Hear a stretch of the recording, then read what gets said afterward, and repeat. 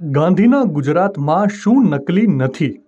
નકલી પોલીસ, નકલી સરકારી કચેરી, નકલી ડૉક્ટર, નકલી દવાખાના, નકલી શિક્ષક, લિસ્ટ આમ તો લાંબુ ચાલે એમ છે.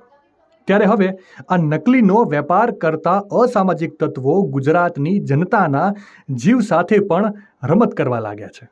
મળતી માહિતી મુજબ ઊંઝા મામલતદાર કચેરી વિસ્તારમાં શંકાસ્પદ જીરું બનાવતી અને વરિયાળી બનાવતી ફેક્ટરી ઝડપાઈ છે.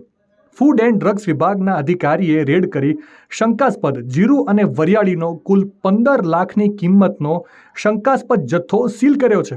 એ સિવાય ડાયમંડ સિટી સુરતમાં બ્રાન્ડેડ કંપનીઓના નામે નકલી પ્રોડક્ટ્સ બનાવવાનું વધુ એક કૌભાંડ પ્રકાશમાં આવ્યું છે. પોલીસ તપાસમાં બહાર આવ્યું છે કે આરોપી હિતેશ કાતરિયા છેલ્લા 8 મહિનાથી બ્રાન્ડેડ કોસ્મેટિક પ્રોડક્ટ્સની હુબહુ નકલ તૈયાર કરી તેને મૂળ કિંમત કરતાં અડધી કિંમતે ઓનલાઈન વેચતો હતો અને ગ્રાહકો સસ્તી વસ્તુની લાલચમાં આવીને આ નકલી પ્રોડક્ટ્સ ખરીદતા પણ હતા. પોલીસ દ્વારા મળેલી બાતમીના આધારે કારખાના પર રેડ કરીને કુલ રૂપિયા 8.29 લાખથી વધુનો મુદ્દામાલ કબજે કર્યો છે.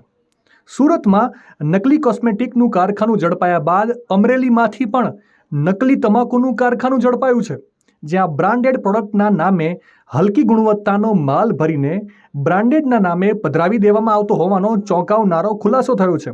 મળતી માહિતી અનુસાર અમરેલીમાં ચાલતા આ કારખાનામાં વિવિધ બ્રાન્ડની બનાવટી તમાકુ અને બનાવટી બીડીઓનું પેકિંગ કરવામાં આવતું હતું, જ્યાં પોલીસ દ્વારા કરવામાં આવેલી રેડ દરમિયાન રૂપિયા 4.34 લાખનો મુદ્દામાલ કબજે કરવામાં આવ્યો છે.